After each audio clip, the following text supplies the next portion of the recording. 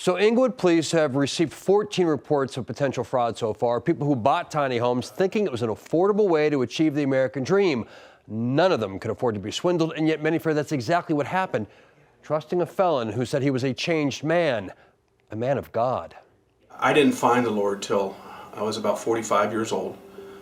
I actually found him in prison in November of 2009. This is YouTube video of Matthew Sowash from 2017, explaining how he's a changed man. Blessed to be sent to prison here in Colorado.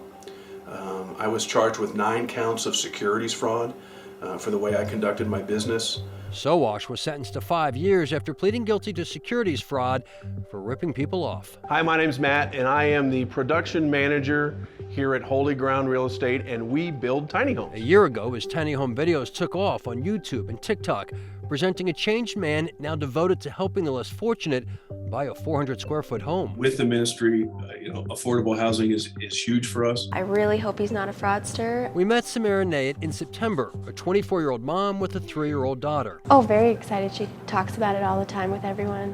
What does Bella say? We got a tiny house.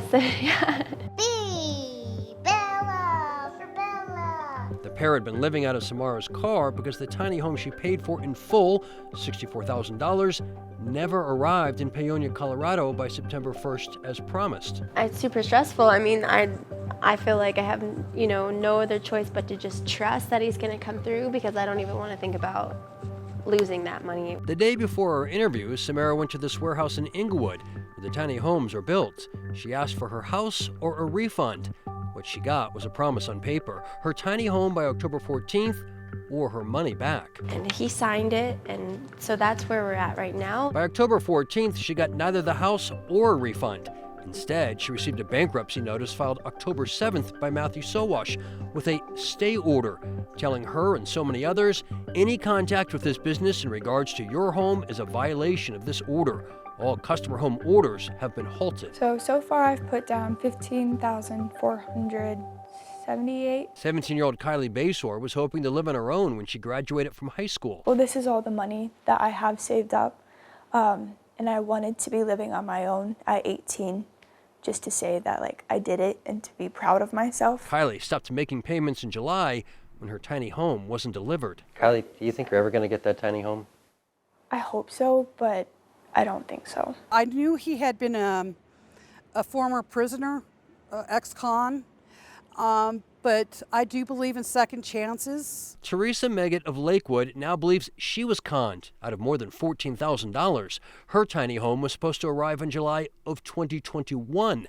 She says she stopped making payments after Matt promised her the tiny home would arrive in September, then October, finally December. I never got it. What's his latest excuse?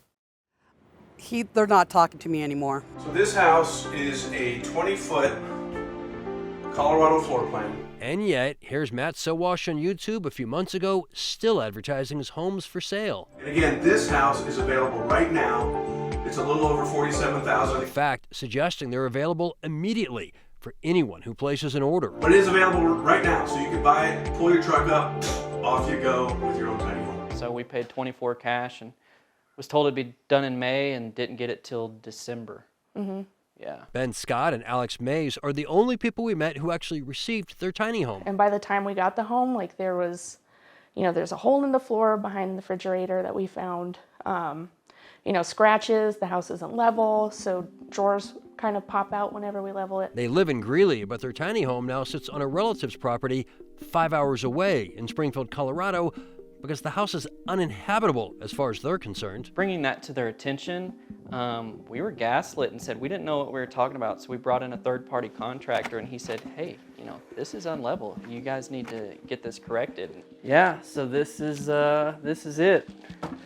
If I take the tape off this, it just automatically opens on its own, and it's because they built this wall leaning, again, because they built it on unlevel ground. These blue tape, this is where everything's wrong. This is a busted piece of wood that they just thought, oh, well, it's going to be flat anyway.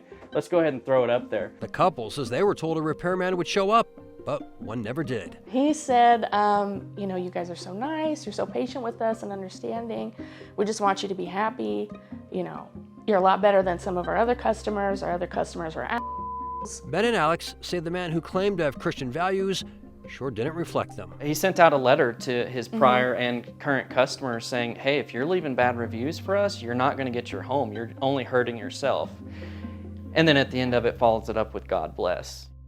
Matthew Sowash faces multiple lawsuits from customers, including from a lender who gave him $250,000 and from the lumber company who supplied his wood.